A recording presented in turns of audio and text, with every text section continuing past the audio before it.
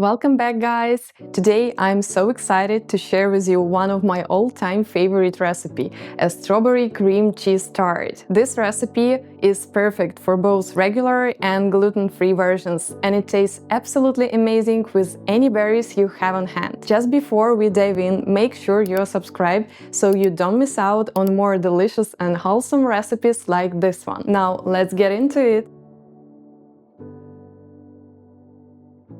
I am making a mix of gluten-free flours, oat, rice, almond, and tapioca to create a balanced texture and subtle nutty flavor in the crust. Now I am gently mixing them together to ensure they are evenly combined. The next step is to chop the cold butter into the small cubes, which will help it incorporate evenly into the flour mixture for a tender, crumbly crust. Now add the sweetener that you usually use. I'm using a mix of monk fruit and erythritol. And here comes the most interesting part. You need to make a crumbly dough by gently rubbing the butter into the flour until the mixture resembles coarse crumbs. If the dough feels too dry, add a splash of cold water.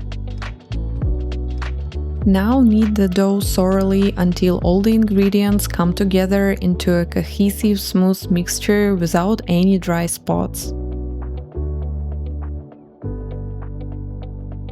Now cover the dough with plastic wrap and place it in the fridge for 10-15 minutes to let it firm. In the meantime, make cream cheese mixture. Crack eggs into the bowl, add sweetener and mix everything together.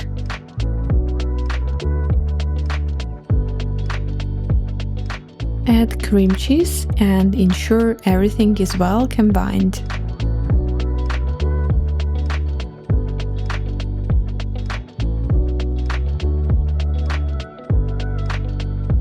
Add storage of flour to help creamy mixture hold together better when baking.